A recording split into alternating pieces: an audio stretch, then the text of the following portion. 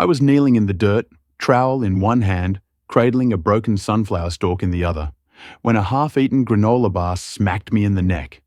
At first, I thought it was just a leaf, but there it was, a chocolate-drizzled insult lying among my crushed marigolds. A revving SUV engine growled behind me, and Karen's voice, sharp as a shattered bottle, screeched out. I didn't need to look to know it was her. Her luxury tires churned the soil where my flowers once bloomed, and she sped off, leaving a cloud of dust and my blood boiling. My grip tightened on the trowel. That was the final straw. You don't mess with a man's garden, especially not when that man designs military traps for fun. A week earlier, my yard was my sanctuary. After retiring early from a cryptic engineering job, my wife called it mind-numbingly dull, I called it classified, I'd found peace in gardening. Sunflowers stood tall by the fence, tulips lined the path, and marigolds danced along the driveway. Birds chirped, bees buzzed, and for a moment I felt in tune with the universe. Then Karen, self-proclaimed HOA Garden Compliance Officer, a title she invented and printed on her own letterhead, stormed into my life. My crime? My blooms dared to creep 2 inches past her made-up sidewalk rule. It started with warnings, nasty notes about hazards, and unsanctioned growth stuffed in my mailbox. I tried waving and smiling, hoping kindness would soften her. It didn't. She got bolder, driving her SUV so close to my garden that her tires grazed the pedals. I caught her rolling over a few once and chalked it up to a mistake. Then it became a ritual. One morning, I found deep tire tracks gouging my flower bed. 10 sunflowers snapped like dry twigs. I stood there, heart pounding, angrier than I'd ever been in 2 overseas deployments. Those flowers weren't just plants. They were my peace. I tried reasoning with her. I caught her post-gym in neon pink leggings and oversized sunglasses, showed her my property line, and politely asked her to stop. She laughed in my face, sneered, "Plant something sturdier, like plastic," and swerved over my garden again as she drove off. I took it to the HOA with photos, timestamps, and front door camera footage. But Karen had already filed a complaint, claiming my marigolds were visual clutter and a sidewalk obstruction. The board, spineless as ever, said they'd look into it. Code for, we're terrified of her.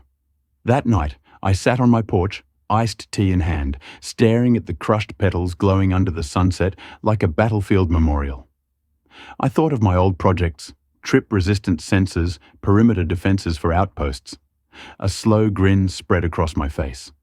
If Karen wanted a war, I'd bring the strategy. Over 2 days, I hit 3 hardware stores, paid cash, and built retractable metal spikes, safe for pedestrians, hostile to vehicles, hidden under a layer of mulch to mimic my flower bed. They were precise, not dangerous, just enough to make a point. I replanted what I could, added a new high-res camera angled at the driveway, and waited. I didn't sleep that night, my pulse thrumming with anticipation. At 7 a.m., I heard it, a tire-crunching clunk, then a sharp hiss. Karen leapt from her SUV, arms flailing like she'd seen a ghost, screaming about sabotage. I strolled out, coffee in hand, pretending to water a hanging plant, and suggested she drive more carefully. She called the HOA hotline. I offered her my phone. She yelled louder. By noon, 2 board members arrived. Bruce, the exhausted president who looked 1 complaint away from quitting, and a quiet woman named Maureen. I showed them slow-motion, time-stamped footage of Karen deliberately swerving over my flower bed while sipping her oat milk latte. Bruce's jaw tightened. Maureen muttered about a formal review. Karen claimed I'd set a trap. I reminded her she had no proof and suggested she'd need a warrant to inspect my garden. Bruce nodded slowly, saying, "Maybe we all need some space." Karen stormed off, limping after snapping her heels, scrambling out of her car. I watched her go, a warm satisfaction blooming in my chest. But this wasn't just about flowers. Preparing a formal complaint, I dug into HOA records and stumbled on a bombshell. Invoices for Bloom & Trim LLC, a company that didn't exist, tied to Karen's cousin. thousands in landscaping funds, $5,000 here, $10,000 there, vanished into her family's pockets. Her garden vendetta wasn't personal. It was a scam to control the HOA's aesthetic budget and funnel money through fake contracts. I sent the files to a fraud investigator friend and Linda, a neighbor with tax audit experience. She texted back, "Bingo." To keep Karen distracted, I doubled my flower bed, morning glories on arches, tiny LED path lights, a ceramic frog statue holding a sign, "Protected by nature and nerd." Karen seethed from her window, her face twisting like she'd bitten a lemon. For 3 days, she went quiet. Too quiet. I added pressure sensors and trail cams that pinged my phone if anyone got close. Linda dropped by with more dirt. $20,000 in fake invoices for soil detoxification and a beautification project that never happened, conveniently timed to Karen's spa trip. We had her dead to rights. Then came her next move. A letter taped to my door like a medieval decree, demanding I remove the garden in 72 hours or face $100 daily fines, escalating to $500 after a week. It was signed by Karen, now acting president, after bullying Bruce into resigning. I folded it into my growing pile of HOA nonsense and got to work. I compiled photos of my pristine garden, time-stamped footage of Karen's tire tracks, and Linda's financial records cross-referencing bloom and trim payments. I packaged it into a file titled HOA Misconduct Master File, made 5 copies, and sent them to Linda, a lawyer friend, a local news channel, and a secure cloud with a timed release. If anything happened to me, it'd go public. The 5th stayed in my safe. That afternoon, Karen strutted onto my lawn with 2 board cronies, clipboards, and measuring tapes in hand, barking about encroachment. I asked for the HOA clause allowing unconsented inspections.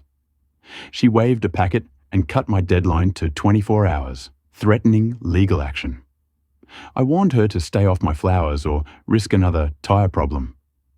Her stumble was brief, but her eyes burned.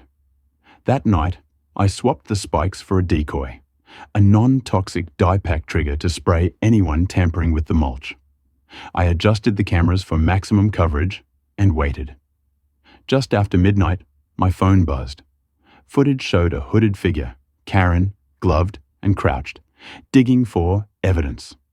The dye exploded, painting her gloves, face, and white hoodie blue and green like a toddler's art project. She screamed, tripped over her own feet, and bolted. I saved the clip, labeled it Karen's Dye Disaster, and sent it to Linda. By morning, Karen stayed inside, her SUV at the mechanic again, likely nursing another tire. The HOA group chat exploded with screenshots of the dye-stained Karen. Residents questioned her citations, rushed elections, and fund allocations. 3 households demanded a financial audit. I added a sign to my garden, "Smile for the bees and cameras." The tide had turned. An emergency HOA meeting was called. Karen didn't show, sending a flimsy statement claiming harassment with no proof. Residents erupted, sharing stories of her tyranny, fining kids chalk art, denying fence repairs, spying on lawns. One woman recounted Karen calling her daughter's sidewalk drawings graffiti. The room boiled. A vote suspended Karen, revoked her access, and hired an accounting firm. Linda texted me a photo of the chaos. Residents cheering, one tossing violation letters like confetti. I grinned. The audit hit like a sledgehammer. Bloom and Trim was a shell company created 6 months earlier using Karen's cousin's address. Funds for aesthetic consulting and flower relocation, her yanking neighbor's plants, went straight to her family. The board froze her access and alerted authorities. I gave a news interview in my garden, surrounded by blooms and toolkits, keeping it calm and wry. The story, The Garden That Fought Back, went viral. Social media lit up with HOA horror stories. Karen became a symbol of petty power gone wrong. Karen sued me for emotional distress, claiming my traps humiliated her. My lawyer's response, "My client doesn't negotiate with bullies. Talk to us in court." A board member confessed Karen had intimidated them with fake threats and doctored documents. The neighborhood threw a peaceful petal picnic. Kids with pinwheels, adults with sunflower cookies, laughter everywhere. My garden won Yard of the Month, the certificate now hanging proudly in my garage. Karen's house sat unsold until a young couple bought it, ripping out her cameras and planting vegetables. A mysterious package arrived, a tiny sign reading, "Caution, flowers bite." I set it by the garden, chuckling. The HOA rewrote bylaws, elected Linda as treasurer, and reversed Karen's fines. A news follow-up aired, using my story to highlight HOA abuse nationwide. Kids now used my stone garden path as a shortcut, respecting the blooms not from fear, but care. Karen's fraud case grew. She tried a desperate neighborhood forum, passing out blurry photos and Reddit printouts, but crumbled when asked about the missing funds. Her quote, "Flowers don't make a community, rules do," was painted upside down in the dog park. Her house sold, and she vanished, likely hiding in a city condo, her schemes exposed. The audit recommended criminal charges. Authorities closed in. One evening, Linda joined me on the porch, clinking her glass against mine. "I've never seen this neighborhood so alive," she said, eyeing the thriving flower beds. I nodded. Sometimes you need a weed to appreciate the garden. We sat in silence, savoring the quiet victory. My flowers, untouchable, vibrant, proved that growth comes from care, not control. Spring was just beginning, and this community, like my garden, was finally free to bloom.